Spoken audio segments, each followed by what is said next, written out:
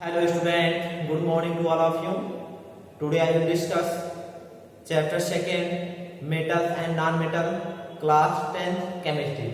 Remaining some topics how do metals and non-metal react. तो इससे पहले जो हम वीडियो आप लोगों को फॉरवर्ड किए थे उसमें आपको मेटल्स और नॉन मेटल्स क्या होते हैं, उनकी प्रॉपर्टीज क्या होती है और उनके यूज कहाँ पे करते हैं, इसके विषय में आपको कम्प्लीटली डिस्क्राइब किया गया था या एक्सप्लेन किया गया था।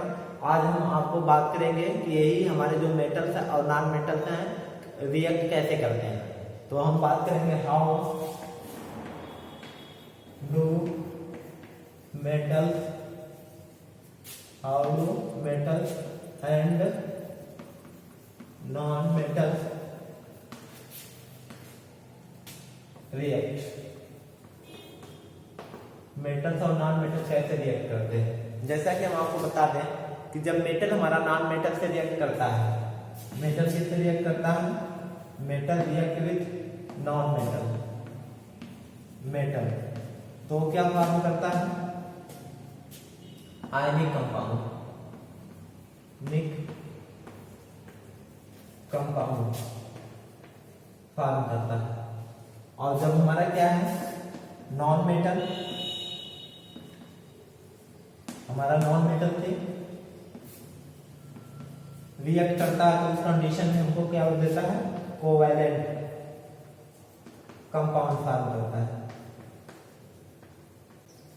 और मेटल और मेटल कभी हमारे क्या होते हैं, आपस में कंबाइन नहीं करते हैं, न तो ये कोई कंपाउंड फॉर्म करते हैं, मतलब no compound. Metal plus metal do not form any compound, no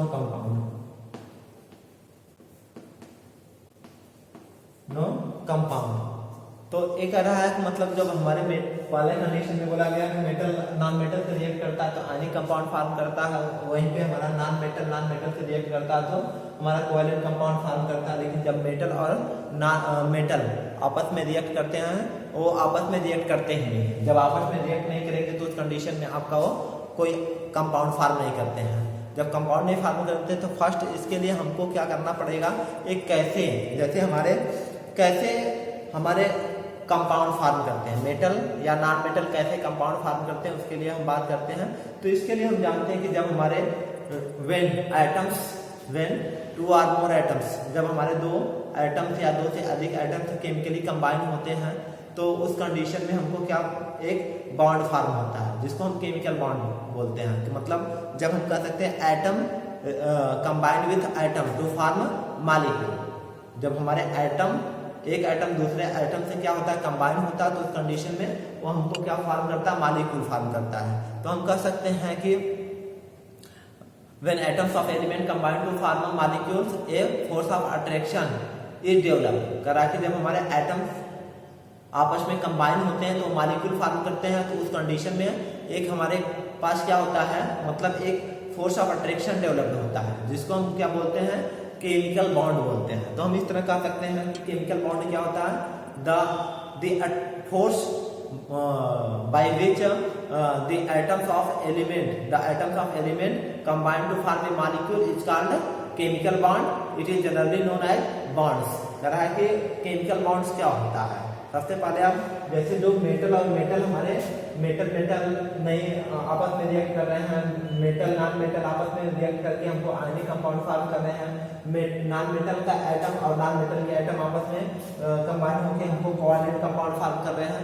तो इस कंडीशन में हम इसको इस तरह कह सकते हैं कि जब हमारा मेटल्स के एटम, जो मेटल्स का एटम है नॉन मेटल्स के एटम से केमिकली कंबाइन होता है तो उस कंडीशन में क्या होता है, हमको आयनिक कंपाउंड फॉर्म कर रहा है और उनके बिटवीन एक हमारा क्या होता है, फोर्स ऑफ अट्रैक्शन काम करता है या एक फोर्स ऑफ अट्रैक्शन डेवलप्ड होता है जिसको हम क्या बोलते हैं, आयनिक बॉन्ड बोलते हैं, जिसको हम क्या बोलते हैं, आयनिक बॉन्ड। सिमिलरली इसी तरह हम इसको बोल सकते हैं जब एक नॉन मेटल्स का एटम दूसरे नॉन मेटल के एटम से केमिकली कंबाइन होता है तो उस कंडीशन में भी एक फोर्स डेवलप होता है जिसको हम क्या बोलते हैं, कोवैलेंट बॉन्ड बोलते हैं। तो यहाँ पे रहा मतलब अब केमिकल बॉन्ड होता क्या है, मैं आप लोगों को बता दूं कि केमिकल बॉन्ड किसे कहते हैं।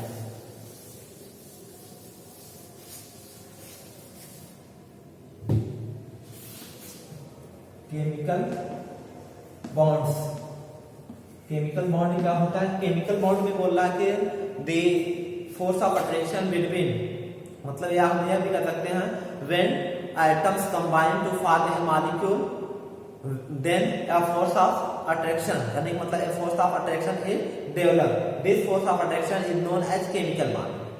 कहने का मतलब जब हमारे एटम्स क्या होते हैं, कंबाइन होते हैं, तो उस कंडीशन में वो मॉलिक्यूल फॉर्म करते हैं, तो उनके एटम्स के बिटवीन एक फोर्स ऑफ अट्रैक्शन क्या होता है, डेवलप्ड होता है, जिसको केमिकल बॉन्ड कहते हैं। तो ये फोर्स ऑफ अट्रैक्शन, जैसे हम कहेंगे पहले कंडीशन में बोला गया कि metal react with non metal to form ionic compound, तो हम इस तरह कह सकते हैं कि जो मेटल्स के एटम्स हैं वो नॉन मेटल के एटम से जब केमिकली कंबाइन होते हैं तो उस कंडीशन में एक फोर्स ऑफ अट्रैक्शन डेवलप्ड होता है, जिसको हम क्या बोलते हैं, आयनिक बॉन्ड बोलते हैं।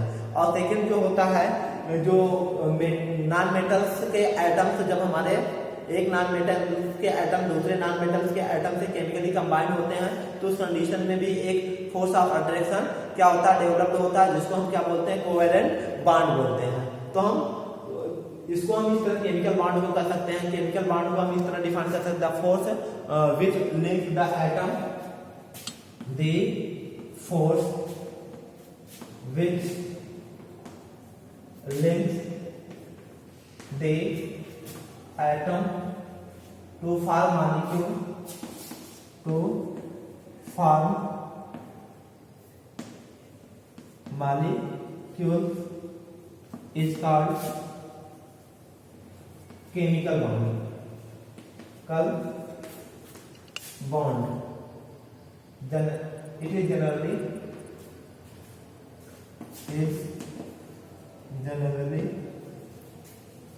called bond. अब जैसा कि अभी आपको बताया हूं मैं कि जब मेटल्स के atoms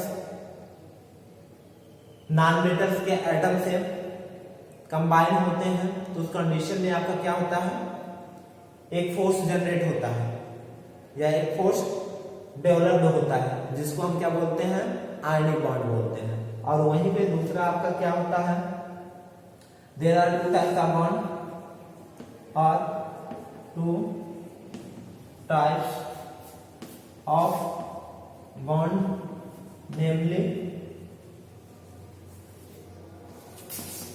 ionic bond and second covalent bond। तो ionic bond को अगर हमको डिफाइन करना है तो कर सकते हैं, when the atoms of metal combine with atoms of non-metal, then a force of attraction is developed. This force of attraction is called ionic bond. And covalent bond, similarly covalent bond is defined as when atoms of both non-metals chemically combine to form a force of attraction is developed. A force of attraction, this force of attraction is known as covalent bond. तो हमको अभी इसको bond के विषय में नहीं पढ़ना है, ये तो हम बता रहे थे कि कैसे हमारे मेटल्स और नॉन मेटल क्या होते हैं, रिएक्ट करते हैं या केमिकली रिएक्ट करते हैं। तो वो बता रहा है कि जब हमारे मेटल्स क्या होते हैं, नॉन मेटल से रिएक्ट करता है, तो उस कंडीशन में वो आयनिक कंपाउंड फॉर्म करता है और उनके एटम्स के बिटवीन जो बॉन्ड फॉर्म होता है उसको आयनिक बॉन्ड बोलते हैं। और वहीं पे दूसरा जो बोला गया कि नॉन मेटल्स जब दूसरे नॉन मेटल से केमिकली कंबाइन होता है, तो कंडीशन में वो हमको कोवेलेंट कंपाउंड फॉर्म करता है, और उनके जब नॉन मेटल के एटम आपस में केमिकली कंबाइन होते हैं, तो उस कंडीशन में हमको क्या है, कोवेलेंट बॉन्ड फॉर्म होता है। और तीसरा कंडीशन में बोल रहा है कि मेटल कभी भी मेटल से केमिकली रिएक्ट नहीं करता है।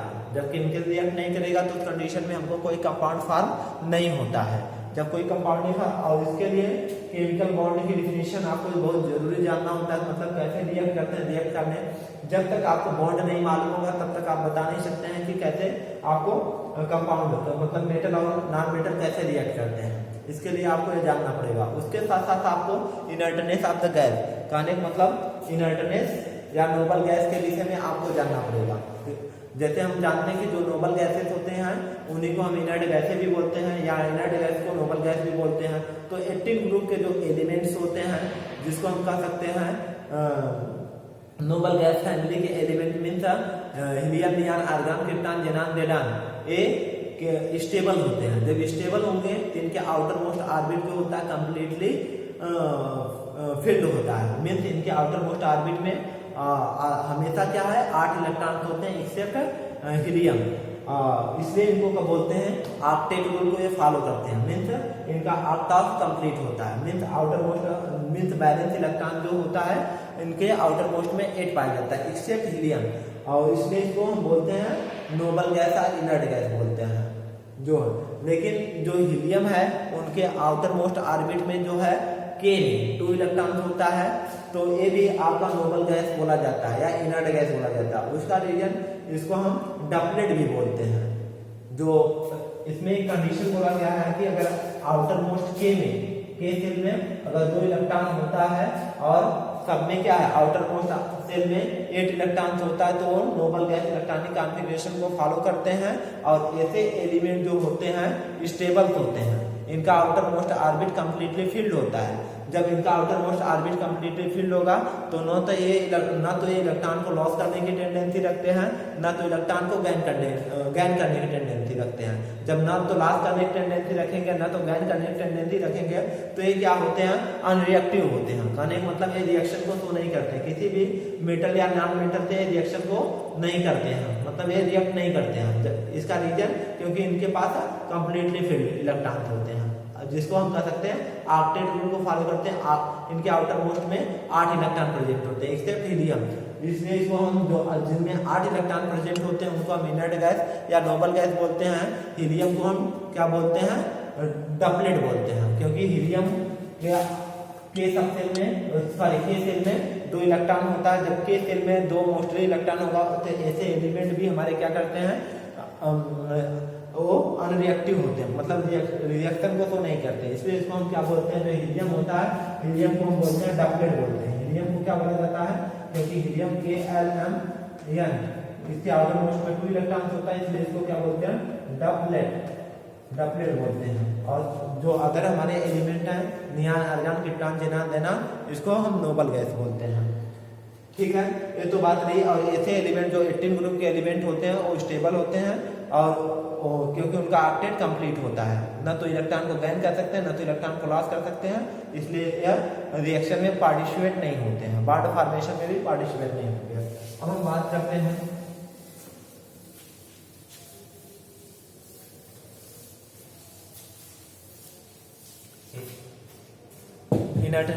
Inertness of noble gases.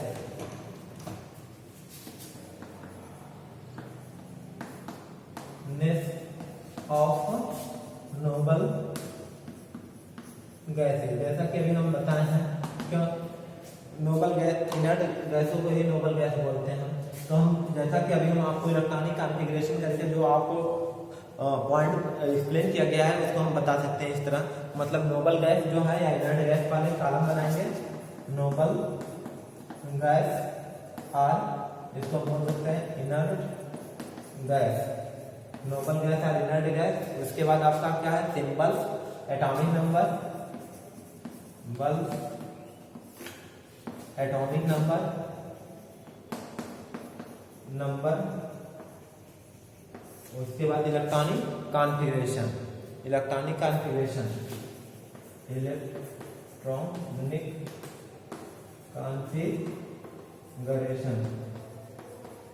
और लास्ट में आपका क्या हो जाता है, बैलेंस इलेक्ट्रॉन। ठीक है, number of electron in outermost shell या बैलेंस इलेक्ट्रॉन, वैलेंस इलेक्ट्रॉन। इसको बैलेंस इलेक्ट्रॉन को हम ये भी बोल सकते हैं number of electron in outermost orbit. तो हम कर लेते हैं, पहला क्या हमारा है, हीलियम है, हीलियम, दूसरा नियॉन, तीसरा argon, helium neon argon, krypton, helium neon argon, krypton, xenon, last क्या होता है, रेडॉन। अब इसका नोबल गैस का हो गया। हीलियम का सिंबल जो होता है He होता है, नियॉन का Ne होता है, आर्गन का Ar होता है, क्रिप्टॉन का Kr होता है, जेनान का Xe होता है, नेगेरान का Rn होता है। अब एक चीज यहाँ पे सबसे बड़ी पॉइंट ये हो जाता है, सबसे बड़ा पॉइंट हम कैसे, जैसे हीलियम का तो हम जानते हैं एटॉमिक नंबर कितना होता है, 2 होता है, यहाँ लिख लिया। अब दूसरे नियान का अगर हमको निकालना है तो इसमें 8 ऐड कर देते हैं, हमको क्या मिल गया 10, फिर 10 में 8 ऐड किया 2 टाइम, जैसे 2 है 2 में हम 8 2 टाइम्स ऐड किया, जैसे 2 में 8 ऐड किया 10 आया, 10 में फिर 8 ऐड करेंगे 18 आ गया, 18 में हम 18 ऐड करेंगे, 36 आया 36 में 18 ऐड करेंगे, 54 आएगा और 54 में हम 32 ऐड करेंगे तो ये आ जाएगा 86। इस तरह हम इसका एटॉमिक नंबर राइट कर लेते हैं। जब एटॉमिक नंबर राइट कर लें तो इलेक्ट्रॉनिक कॉन्फ़िगरेशन में यहाँ आपको इस तरह के LMN और हम जानते हैं कि आपको क्लास 9th में बताया गया होगा total number of electron present in each shell. यहाँ पे total number of electron present in each shell is equal to बताया गया होगा फार्मूला 2n²।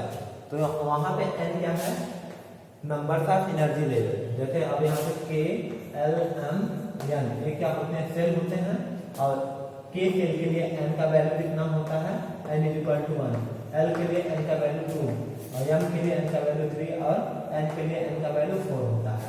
मतलब K जो होता है फर्स्ट एनर्जी लेवल को शो करता है, L जो है सेकेंड एनर्जी लेवल को, और M जो है थर्ड एनर्जी लेवल को, एंड N जो है फोर्थ एनर्जी लेवल को शो करता है। तो इसके अकॉर्डिंग हम इलेक्ट्रॉनिक कॉन्फ़िगरेशन अगर यहाँ पे हम रखें K के अकॉर्डिंग देखें तो यहाँ पे K के अकॉर्डिंग अगर रखा जाए N का वैल्यू 1 रखा जाएगा, K सेल में कितने इलेक्ट्रॉन आएंगे 2 × 1 के पावर 2 इक्वल टू 2 आ जाएगा।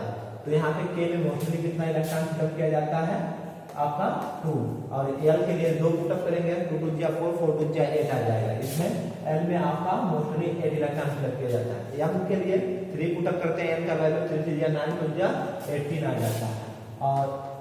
और उसके बाद आपका ये जो आपका लास्ट है N के लिए 4 रखेंगे, 4 4 जा 16 16 2 जा 32, तो यहाँ पे इसके लिए आ जाता है 32। तो इसके अकॉर्डिंग हम इलेक्ट्रॉनिक कॉन्फ़िगरेशन कर लेते हैं। K में यहाँ पे 2 इलेक्ट्रॉन फिलअप हुआ, और दूसरे के लिए जो नियान के लिए कर रहे हैं 2 8, इसमें 2 मोस्टली K में, और उसके बाद रिमेनिंग जो है L में चला जाता है।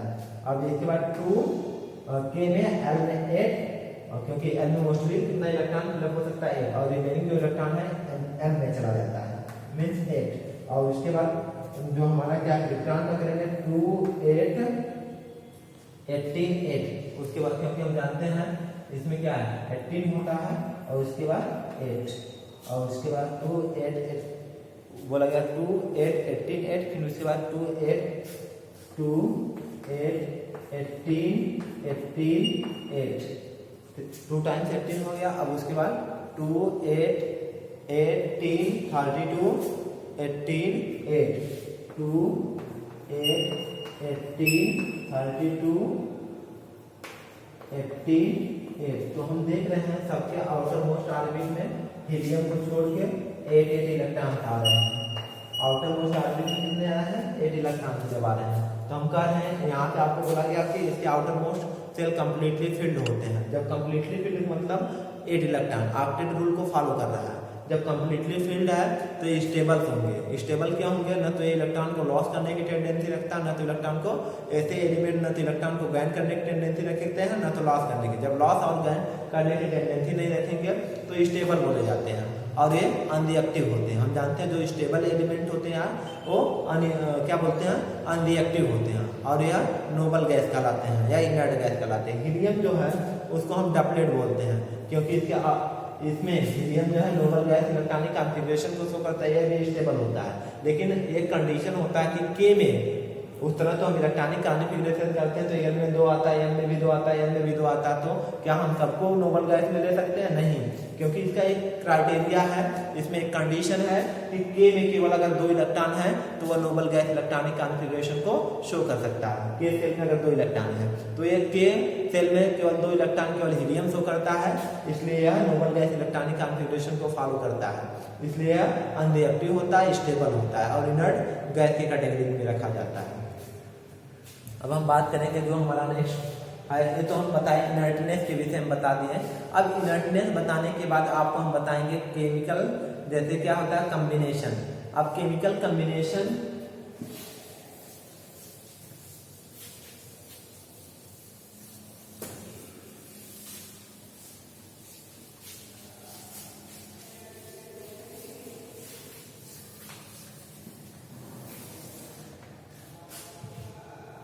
ताजा chemical combination of chemical combination और वल्यून केमिकल कम्बिनेशन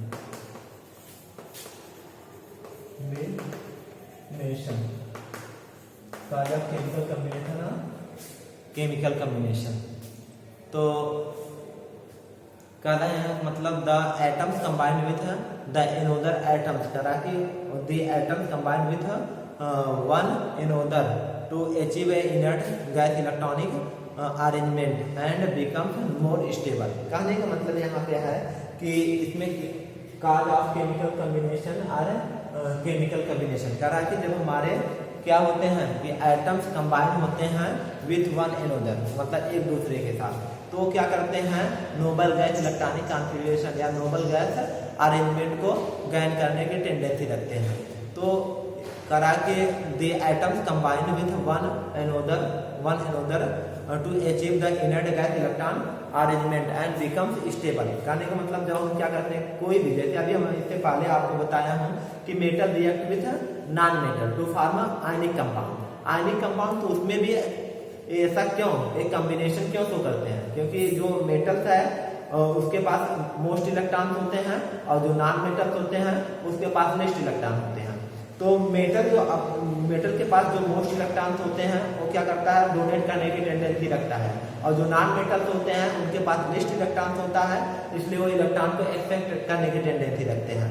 तो यहाँ पे आपको हम कह दें कि an atom can achieve the inert gas electron arrangement और noble gas electron arrangement in three way. कह रहा है कि कोई भी एटम्स जो होते हैं वो जो इलेक्ट्रॉनिक मतलब कोई भी एटम्स ऑफ एलिमेंट जो होते हैं वो नोबल गैस इलेक्ट्रॉनिक कॉन्फ़िगरेशन या अरेंजमेंट की टेंडेंसी तभी रख सकते हैं जब वह थ्री केस को फॉलो करें। पहला क्या है कि वह जिसके पास मोस्ट इलेक्ट्रॉन हो तो इलेक्ट्रॉन को लॉस करने की टेंडेंसी रखता हो दूसरे एटम्स को, और किसी के पास मोस्ट इलेक्ट्रॉन हो, कहने का मतलब जिसके पास मोस्ट इलेक्ट्रॉन हो तो इलेक्ट्रॉन को लॉस करके ऑक्टेट को कंप्लीट करने की टेंडेंसी रखता हो, और दूसरा जिसके पास इलेक्ट्रॉन की कमी हो तो वो इलेक्ट्रॉन को गैन करने की टेंडेंसी रखता हो, और तीसरा क्या होता है शेयरिंग ऑफ इलेक्ट्रॉन। तो हम इसको इस तरह कह सकते हैं बाय लॉसिंग वन और मोर इलेक्ट्रॉन टू